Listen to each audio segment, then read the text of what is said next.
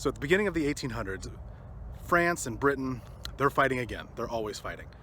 As part of the Napoleonic Wars, both of them put sanctions on the United States of America.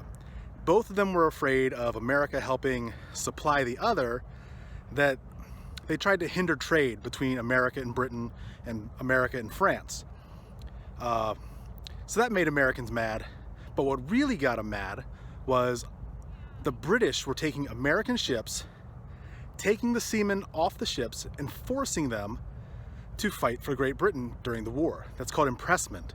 And this really made the Americans mad. So we've got this global conflict now.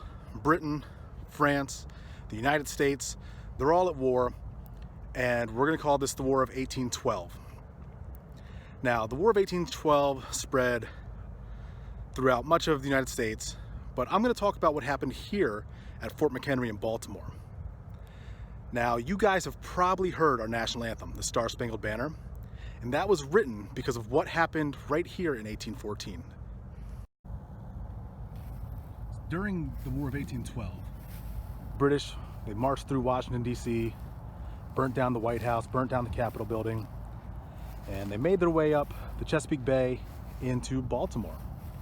But as they were leaving Washington, they captured a man named Dr. William Bean. And this was a neighbor of Francis Scott Key. So Francis Scott Key was sent to Baltimore to try and negotiate his neighbor's release. He made his way onto a British warship where negotiations were going well to get his friend released. Problem was, the British thought he overheard too much, and he knew about the attack that was coming here to Baltimore. So he's taken prisoner upon the ship. A few hours later, out here in these waters, most of the British Navy started sailing here in my direction towards Fort McHenry. So Francis Scott Key was on this ship, and he would watch what unfolded firsthand.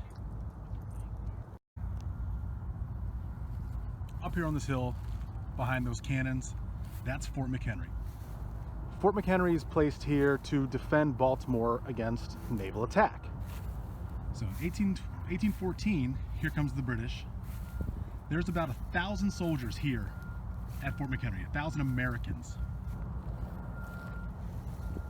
Out there, on many British ships, there are 5,000 British soldiers. The Americans are outnumbered 5-1. So the bombardment starts.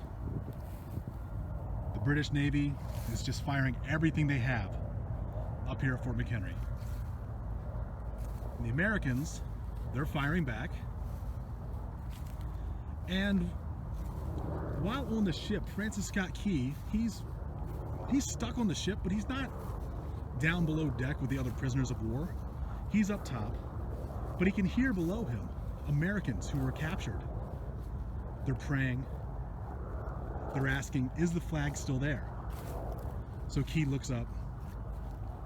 During the day, the flag's still there. Well, night falls. You can't see the flag, except when bombs go off.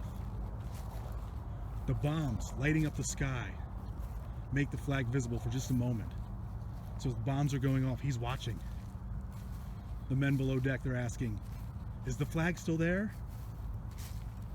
Francis Scott Key tells them yes. And they start to cheer. Because they know if that flag comes down, the fort has fallen.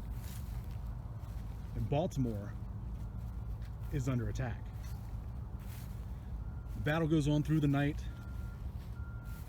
And in the morning, the bombing stops. It's a foggy day. The fog starts to clear. And that flag is still there. So the British gave up. They fired all night long, everything they had at this fort. That flag stood. When Francis Scott Key was released, it's reported he came over here to the fort, and the flag had been uprooted. It should have fallen. But at its base, there were dead soldiers holding that flag up. People who died, making sure that flag never came down. So due to what he witnessed that night, that day, that night, the next morning,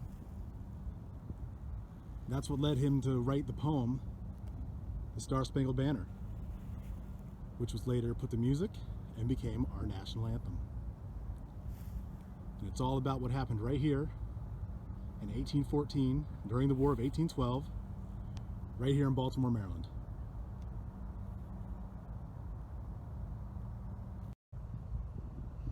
All right, so I hope you guys enjoyed a little quick lesson on what happened here at Fort McHenry and the origins of our national anthem.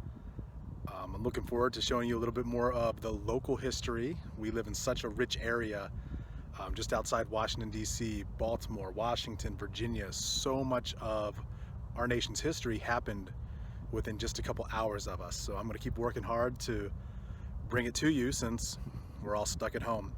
Thanks for watching, guys.